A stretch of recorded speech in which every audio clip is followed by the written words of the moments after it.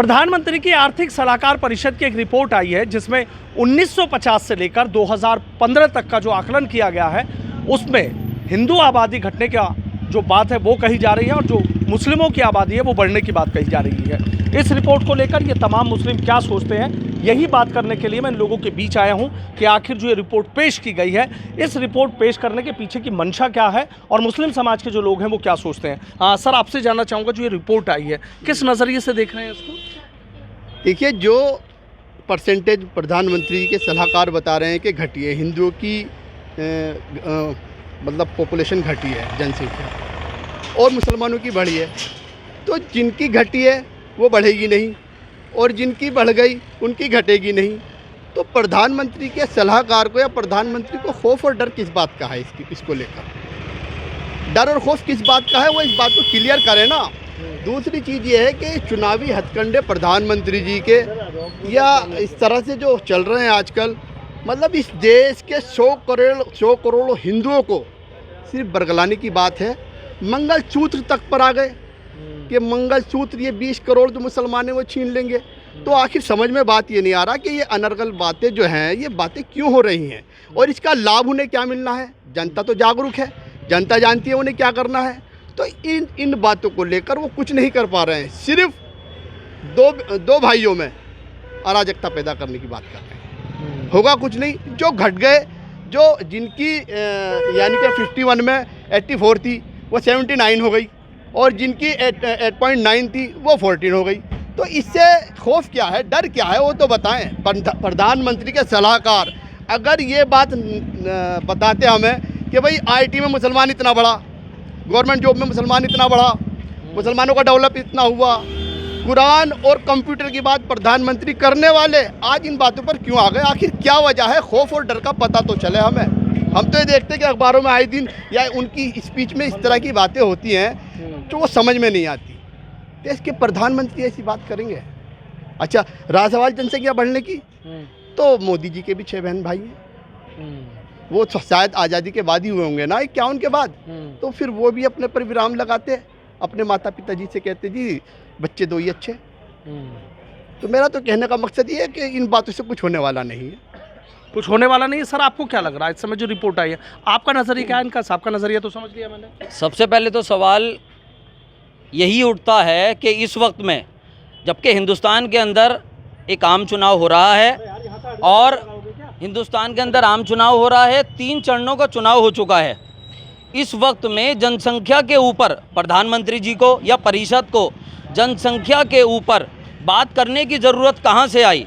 ऐसा लगता है कि चुनावी लाभ लेने के लिए प्रधानमंत्री जी और परिषद ने इस वक्त में चौथे चरण के चुनाव से पहले ये बात जनसंख्या वाली हिंदू और मुसलमान की उठाई है कि जिससे चौथे चरण के अलावा बाकी चरणों के जो इलेक्शन हैं उसमें इनको चुनावी लाभ मिल सके। इस वक्त में ज़रूरत नहीं थी।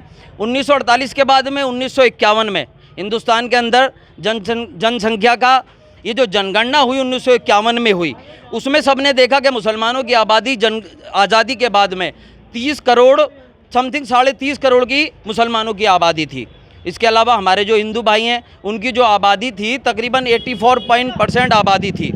अगर 2015 से लेकर 1950 से लेकर 2015 तक अगर हिंदुओं की आबादी घटी तो इसमें किसी का कोई इसमें कुछ नहीं कर सकता। इसमें तो जो हमारे जो प्रधानमंत्री हैं, परिषद हैं, हिंदू परिषद के नेता हैं, भाजपा के नेता हैं, इस बात को तो उन्हें सोचना चाहिए कि आखिर हिंदुओं की आबादी घटने का क्या रीज़न रहा, किस वजह से आबादी घटी। भाई आबादी बढ़ाने के लिए तो उन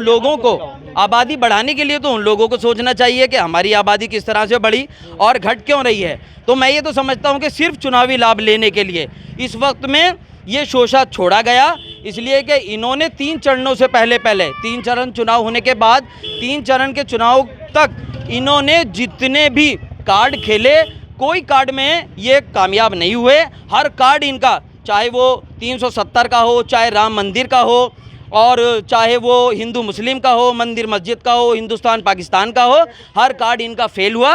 अब जब इन्होंने सारे कार्ड अपने फेल होते हुए देखे, अब ये जनसंख्या पर आए। अब हो सकता है कि इनको ये लगा कि चौथे चरण के अलावा जो अगले चरणों में चुनाव हैं, हो सकता है कि इन्हें चुनावी लाभ इससे मिल सके, इसलिए इन्होंने ये वाला कार्ड खेला। ये वाला कार्ड। सर आपको क्या लग रहा है, इन दोनों की बातें आपने सुन ली, आपके हिसाब से क्या है? ये सब गलत हो रहा है। जो भी कुछ हो रहा है, ये विकास की बात छिपा रहे हैं, 15 लाख की बात छिपा रहे हैं, सारे मुद्दे छिपा दिए। अब ये लाए हैं हिंदू मुस्लिम को विवाद के लिए, पढ़ाने के लिए, बच्चों पे लिया है, हमारे सब चीज़ पे लिया है। बच्चों की पढ़ाई के बारे में नहीं सोचा। स्कूल कॉलेज हमारे मेरठ में देख लें आप, गवर्नमेंट कॉलेज GIC बिल्कुल बेकार हो चुका है, सारे गवर्नमेंट कॉलेज बेकार हो गए। उस मुद्दे को नहीं लाए, ये बच्चे लाए। अब नया मुद्दा, इस मुद्दे को चुनाव का लाभ कराने के लिए लाए हैं। इस मुद्दे को कोई मसले का हल नहीं होने का है। नहीं होने का। आपको क्या लग रहा है कि मुझे कह रहे हैं कि भाई आबादी जो हिंदू की आबादी है वो घटी है उसका प्रतिशत, और जो मुस्लिमों की आबादी का प्रतिशत है वो बढ़ा? ये सब चुनावी जुमले हैं। ये भारतीय जनता पार्टी यही चुनाव के टाइम पर हिंदू मुस्लिम, अरे विकास की बात कब करोगे? ये तो तारीख बता दो। क्या 5 साल 10 साल आपने इस काम में निपटा दिए हिंदू मुस्लिम? अब हिंदू मुस्लिम नहीं चलेगा। प्रधानमंत्री चाहे जितनी ताकत लगा लें, अब ये चौथे 3 चरण में प्रधानमंत्री को ये दिखाई दे गया कि अब 3 चरण बिल्कुल ख़त्म हो चुके हैं। अब जो चरण बाकी रहे हैं वो प्रधानमंत्री को दिखाई दे रहा है। तो उसकी वजह से एक बौखलाहट भारतीय जनता पार्टी के अंदर, भारतीय जनता पार्टी के नेताओं में बौखलाहट है। बहुत बुरी कंडीशन है। आपने अभी परसों चुनाव हुए, हमने उस परसों चुनाव की वीडियो देखी, कैसे कैसे उन जुल्म हुए लोगों पर। लोगों को वोट डालने नहीं दी गई, मार के भगा दिया गया। यह जुल्म नहीं है प्रधानमंत्री साहब? आप एक काम करिए ना, मुसलमानों से हक छीन लीजिए वोट का। नहीं डालता मुसलमान वोट, नहीं डालेगा, मगर ये आप जुल्म मत करो कि वोट डालने का अधिकार मुसलमान समाज को है नहीं। आप मना कर दो। भारतीय जनता पार्टी के लोग हर एक उस पर लगा दो, बुथ पे लगा दो कि वोट ना डालें। इतना जुल्म मत करो इस मुस्लिम समाज पर। ये मुस्लिम भी इंसान है। ये आप बताओ, हकदार नहीं है क्या हम इस देश के? हमारा इस देश में नहीं है कुछ तो आप बताइए, मगर इतना जुल्म मत करो। रिपोर्ट आई है, इसे कैसे समझ? ये सब भाई चुनाव भारतीय जनता पार्टी को इन 3 चरणों में चुनाव की घाटे दिखाई दे चुके हैं। अब ये चौथा चरण भी नहीं दिखाई दे रहा है। इनको अपनी हार दिखाई दे रही है। ये जुल्म जो कर रहे हैं ये इसकी हार दिखाई दे रही है, इसलिए आई है रिपोर्ट। जी। आपको क्या लग रहा है सर? सर मेरा मानना ये है कि ये जो रिपोर्ट जो आई है इसमें कितनी सच्चाई है क्या नहीं, अभी तो हम इस बात का आकलन भी नहीं कर सकते, ठीक है ना। क्योंकि देखिए, अगर हिंदू पॉपुलेशन घटी है, अगर फर्टिलिटी हिंदुओं में कम हुआ है, तो मुसलमानों में भी इसका रेट डाउन गया है। पहले के कंपेयर में अब आप देखेंगे तो मुसलमानों के घर में 2 से ज़्यादा बच्चे नहीं होते, जो कि पहले आप देखेंगे हिंदुओं में भी होते थे। लेकिन ये जैसे जैसे लिटरेसी बढ़ रही है, एजुकेशन बढ़ रही है, लोगों को समझ में आ रहा है कि बच्चे कितने होने चाहिए, सब अपनी फैमिली प्लानिंग करते हैं, देखिए ना। दूसरी चीज़, सरकार का तो यही रोल रहा है कि उसने सिर्फ हमेशा क्या किया है, सिर्फ हिंदू मुस्लिम, जब उन्हें देखा कि हम चुनाव हार रहे हैं, जहाँ चुनाव फिसलता है कब्रिस्तान शमशान की बात आती है, जहाँ चुनाव फिसलता है कि हिंदुओं के बच्चे कम और मुसलमानों के ज़्यादा होते हैं, जहाँ चुनाव फिसलता है वहीं अमित शाह जी बयान देते हैं कि हम मुसलमानों का आरक्षण ख़त्म कर देंगे।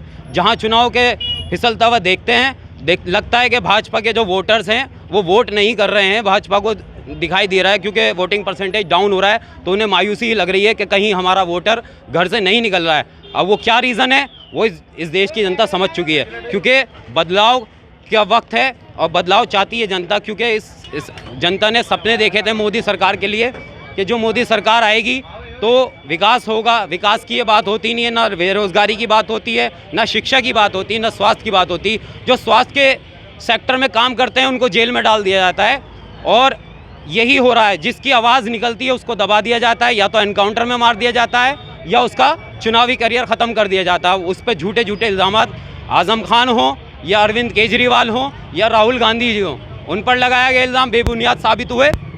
लेकिन देश की जनता जान चुकी है कि अब इस बार जो है भाजपा सरकार कहीं से कहीं तक नहीं दिखाई दे रही है, और बीजेपी की जो सीटें जो 400 पार का नारा लगा रहे हैं, 400 पार तो बहुत दूर की बात है, बहुमत भी हासिल कर लें बहुत बड़ी बात है। क्योंकि देश बदलाव चाह रहा है और कांग्रेस की तरफ एक नज़र उठा करके देख रहा है कि कांग्रेस के सरकार में दंगे या जो भी होते थे, लेकिन लोगों को रोज़गार मिलता था, लोगों को शिक्षा मिलती थी, लोगों को फैसिलिटी मिलती थी, जो इस सरकार में नहीं मिल रही है, जिसको ये नाकामी को छुपाने के लिए ये लास्ट में आकर हिंदू मुस्लिम पर डाइवर्ट कर देते हैं। अच्छा, डाइवर्ट कर देते हैं। सर आपसे भी जानना चाहूँगा, अच्छा आप बता दीजिए क्या लग रहा है, मतलब सब लोगों की अपनी अपनी राय है, बिल्कुल जो राय है, बिल्कुल इन लोगों की सब राय है, ये चुनावी स्टंट है, इसके अलावा कुछ नहीं है।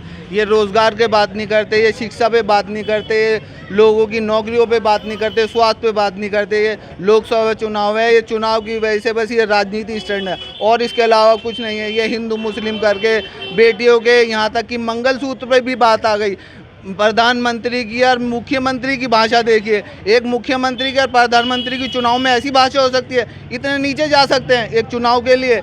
ये हम सबका साथ सबके विकास की बात कर रहे हैं, ये सबका साथ सबके विकास की बात कर, आप संभल में देख लीजिए जहाँ चुनाव आता है, ये कौन सी वो कमी छोड़ देता है? आप संभल देख लीजिए, मुरादाबाद देख लीजिए, रामपुर देख लीजिए, किस तरह मुसलमानों को वोट नहीं डालने दिए जाते। ये सबका विकास सबकी बात कहाँ करते हैं? ये तो बस अपने चुनाव के स्टंट है, ये चुनाव की वजह से आते हैं। अब देखिए आप, नया ये रिपोर्ट आई है, ये क्या है? ये भी चुनावी स्टंट है, इसके अलावा और कुछ नहीं है। इन लोगों के पास कुछ नहीं है, ये कुछ नहीं कर सकते, बस ये हिंदू मुसलमान कर सकते, इसके अलावा इनके पास और कोई मुद्दा नहीं है। और कोई मुद्दा नहीं है। सर क्या लग रहा है वैसे, जैसे इस समय इस रिपोर्ट का आना और ये करना, क्या लगती है आबादी घटने पीछे? प्रधानमंत्री जी से एक सवाल करना चाहता हूँ कि जो बढ़े हैं, यानी कि उनकी निगाह में 14% मुसलमान बढ़ गए, जो 89% से घटकर 74% हो गए, तो उन्हीं के नाम पर उन्हीं को ही वादा किया था 2 करोड़ नौकरी का, क्या उनको सेटिस्फाई कर पाए प्रधानमंत्री? क्या उनके विकास को, उनको विकास दिला पाए प्रधानमंत्री? 15 लाख रुपए उनके अकाउंट में प्रधानमंत्री दे चुके हैं। तो ये क्या बातें हैं? उनका जिनसे वादा करके प्रधानमंत्री बने थे, उनका तो कुछ काम पूरा कर नहीं पाए और हमारे पीछे क्यों पड़ गए? यार हमें तो कुछ चाहिए ही नहीं, हमें तो कुछ क्या मिलना? मजदूर थे, मजदूर हैं। देश की आज़ादी के बाद हिंदुस्तान में मुसलमान मजदूरी था और आज भी मजदूरी है। डेवलपमेंट तो आप देखो ना, जो 8.4% है उनका डेवलप देखो ना, क्या क्या है। 5-5 हज़ार करोड़ रुपए लेकर भाग गए, इतना डेवलप हुआ है। 10-10 हज़ार 15 हज़ार करोड़ रुपए लेके इस देश से भाग गए हैं। प्रधानमंत्री के ही कार्यकाल में भागे हैं ना लोग, वो वापस क्यों नहीं आते? वो 7.4% को क्यों वापस नहीं दिया जाता? 74% लोगों को क्यों वापस नहीं दिया जाता? ये अनर्गल बातें क्यों ला रहे हैं? इसकी वजह क्या है? प्रधानमंत्री से हाथ जोड़ के निवेदन हम ये करना चाहते हैं कि प्रधानमंत्री जी आप ये बता दीजिए, विकास कहाँ है और 2 करोड़ नौकरी कहाँ है? वो बच्चों का डेवलप कहाँ है? उनको लाठीचार्ज क्यों रहा है? उत्तर प्रदेश की ये हालत है कि जो भी एग्ज़ाम हुआ है वही उसमें आपने देखा क्या हुआ है, वही पेपर लीक हो गया। तो बच्चे मेहनत कर रहे हैं, वो हमारा समाज, वो भी हमारे समाज के ही अंग हैं। भाई हिंदू भाई अगर मेहनत करते हैं तो क्या वो हमारे भाई नहीं है? क्या वो हमारे भाई नहीं है? क्या उनके माता पिता वो हमारे कुछ नहीं है? वो माता पिता जो मेहनत कर रहे हैं, अपने बच्चों को पढ़ा रहे हैं और वो बच्चे ठाली घूम रहे हैं, वो पकोड़ा बेचने की बात कर रहे हैं प्रधानमंत्री, तो ये शर्मनाक बातें नहीं है? उनको क्यों मतलब सरकारी नौकरी क्यों नहीं मिल पा रही है? क्यों नहीं 2 करोड़ नौकरी के हिसाब से आज 10 करोड़ नौकरी क्यों नहीं मिली? उनको क्यों ठेंगा दिखा दिया गया? वो क्यों इतना बेचैन किया उनको? हम तो हाथ जोड़ के यही कहते हैं कि उन भाइयों की ही परवाह कर लो, हमारी छोड़ दो। हम तो जैसे जी रहे हैं जीते रहेंगे, जो भी होगा हम करते रहेंगे, लेकिन उनकी तो परवाह करो जिनसे आपने वादे किए थे। और आप ये लिया है हमारी जनसंख्या। अरे हम जो बढ़े बढ़ गए और जो घट गए वो घट गए, ना वो बढ़ेंगे ना वो घटेंगे। जो घटे वो बढ़ेंगे नहीं, जो बढ़ेंगे वो घटेंगे नहीं, घट जाएंगे। जो बढ़े हैं वो क्या घटेंगे? जो बढ़ गए, जिनका 9.84 मतलब 14 पॉइंट यानी 14.8 हो गया है, क्या वो घटेंगे? किसी ढंग से घट सकते हैं वो? और जो घट गए हैं हमारे हिंदू भाई की जनसंख्या घट गई, क्या वो बढ़ जाएंगे अब? तो जो हो चुका है यार, उस पर क्यों बातें कर रहे हो? उसका कुछ इफंड बट होना नहीं है। फिर भी प्रधानमंत्री अपने सलाहकार से ऐसी रिपोर्ट भिजवा रहे हैं, उससे कोई फ़ायदा नहीं होना। चुनावी कोई फ़ायदा नहीं इनको अब मिलने वाला। ये तो कह रहे हैं, तो बहुत बड़ी बातें इन्होंने कह दी हैं, कोई चुनावी फ़ायदा नहीं है, कह रहे चुनाव के लिए नहीं तो सीधा सीधा चुनाव के लिए। हम तो प्रधानमंत्री से एक सवाल करना चाहते हैं। इस वक्त में देश की आबादी 1 अरब 40 करोड़ है, उसमें 1 अरब 20 करोड़ हमारे हिंदू भाई हैं। तो मुसलमानों की आबादी अगर इस वक्त में लगाई जाए तो 20% हम लोग हिंदुस्तान के अंदर हैं। और इस वक्त में मैं तो ये समझता हूँ कि ऐसी रिपोर्ट आने की कोई ज़रूरत नहीं थी। जब 3 फेज़ का चुनाव हो चुका, 4थे फेज़ में क्या चुनावी लाभ लेने के लिए ऐसी रिपोर्ट को उजागर करना पड़ा?